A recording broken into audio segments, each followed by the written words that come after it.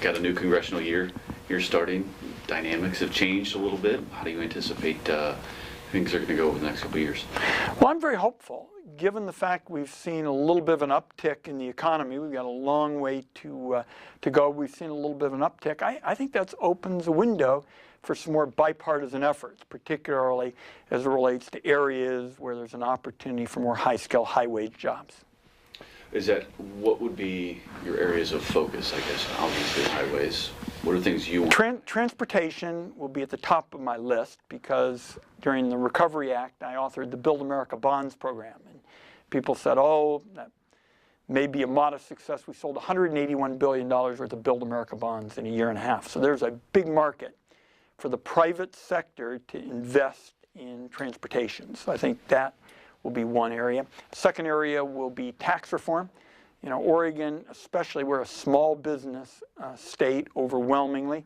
I want to see changes, for example, in the research and development tax credit, which really goes to pay wages for innovation-related jobs, and have it affect more small businesses, which really would be of benefit in this area. Why would small businesses getting more money or getting more resources for small businesses, why is that important specifically for Oregon? In Oregon, you can count the fingers on both hands of the big businesses. We are a small business state. And especially our opportunity is for innovation, and particularly with small businesses. Even companies like Nike began in this area with sort of the waffle iron. And the tax laws really favor the big guys. They favor the large concerns and not the person with the workbench or the person in the garage, and that's what I want to change. How does your role change now, having more Republicans in power in both the Senate and the House? Well, first of all, some of the most important laws that I've written when I've been in the minority.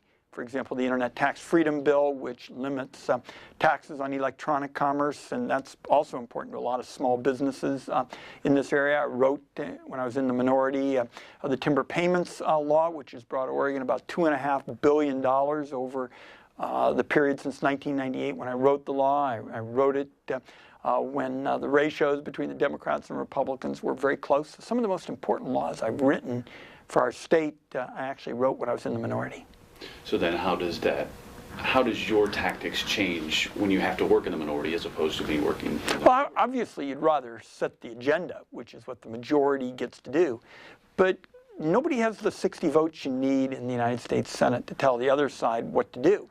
And you look, for example, on tax reform. I've introduced the first bipartisan federal income tax reform bill in a quarter century, first with Judd Gregg, most recently with Dan Coates, who also has joined the Finance Committee. And I think that this tax code we've got today is a rotting economic carcass. And I think there is an understanding that it's such a dysfunctional mess, we have to change it. And I think much like was done in the 1980s when Ronald Reagan got together with a big group of Democrats, I think we've got another opportunity to do that. School funding has been a big issue here at Oregon. You continue to see at the state level that they're starting to push a lot more education funding that direction right now.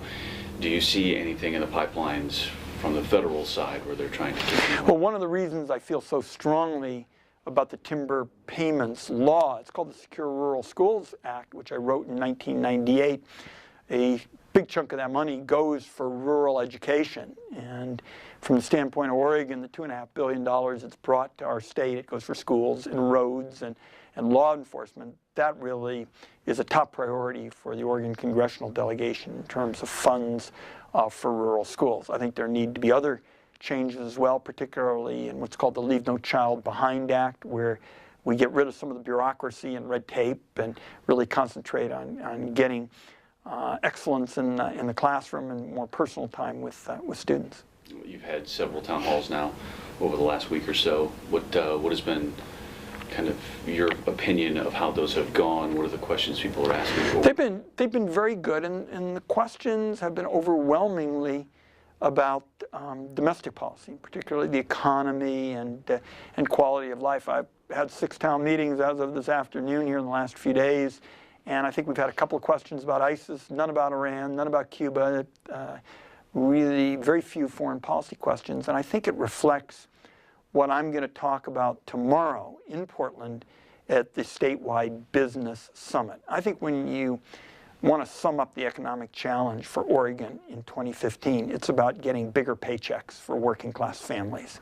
There are too many families in Oregon who work hard and just don't bring enough money home to pay the rent and pay for gas and pay for food and health care and essential services. And Henry Ford, the great industrialist, put it pretty well decades ago when he was talking about the middle class. And he said, look, I want to do well, I want to sell my cars, but for me to do well, my people have to have enough money to buy my cars. So a top priority for me in 2015 as the ranking Democrat on the Finance Committee, which is the tax committee in the Senate, will be supporting policies that are going to end up producing bigger paychecks for working class families. Are there any specifics you can talk about? Well, as I've touched on here with you, certainly tax reform will be a big focus of it, transportation, exports. What I'd like to see us do in Oregon is make more products here, grow more here, add value to it here, and ship it somewhere. And we'll have some opportunities both in Asia and in Europe to focus on that. So in the three areas you and I have talked about, taxes, transportation, and exports, in each of those areas, I think there's an opportunity for more high-skill, high-wage jobs in this part of our state. Talk about that tie you're wearing. It's green. I'm a duck.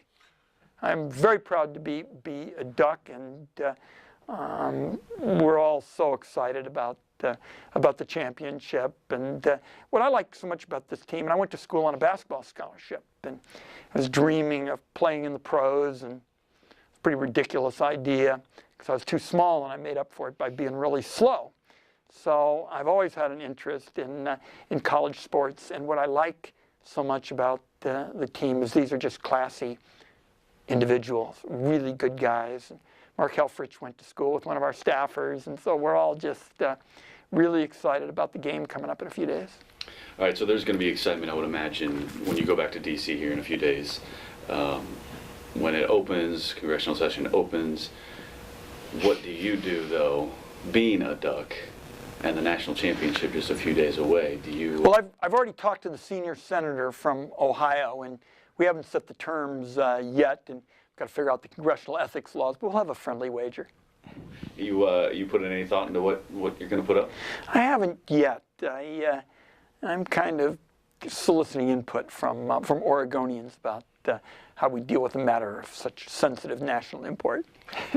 You've been into these congressional openings before. Just kind of set the mood for us. What's it like, at the onset of every year, every 2 years? Well, always at a new Congress, just as you said, people are trying to get a sense of what's ahead. I think what we've seen is certainly some of those on the far right who've been critical now are going to be in control of both the House and Senate, and so I think there's an obligation to govern. There's some terrific opportunities here to find common ground if people want to do it, and I certainly want to. I mean, it used to be on tax reform that the Republicans were for a more efficient tax code to grow the private sector, and Democrats were for a fairer tax code for growth in the private sector.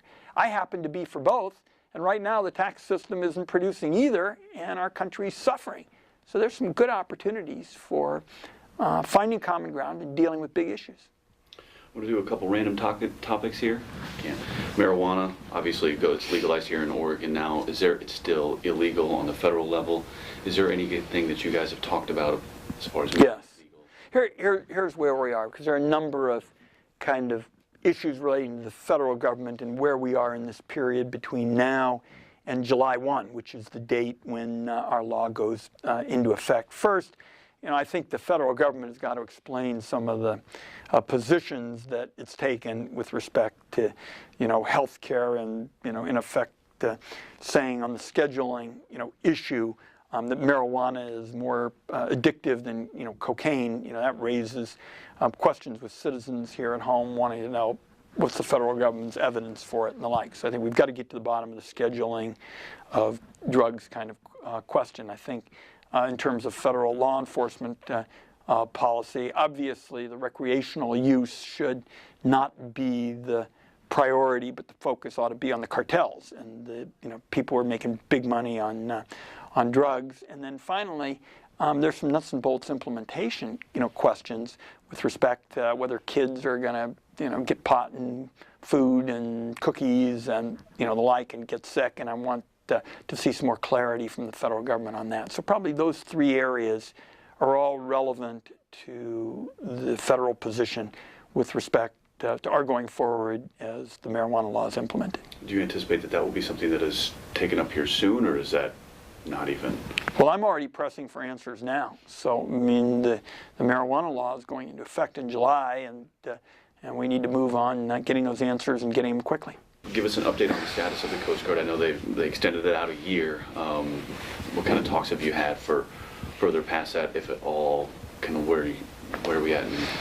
That Coast Guard coverage is extraordinarily important to coastal residents. I know that the Coast Guard leadership in Washington, D.C. said, well, the services could be delivered from somewhere else, but those waters are really cold, and if people are in that water for the time that the Coast Guard said it would take to get the alternatives there, I think we'd be talking about people dying. So I and the Oregon congressional delegation weighed in very hard. I indicated that I would put a hold on a key appointment at the Coast Guard, and I think that was part of what it took to get the year extension, and we're going to use every minute of it to make the case for why we need these services at a crucial period in a crucial place. Is it just about money?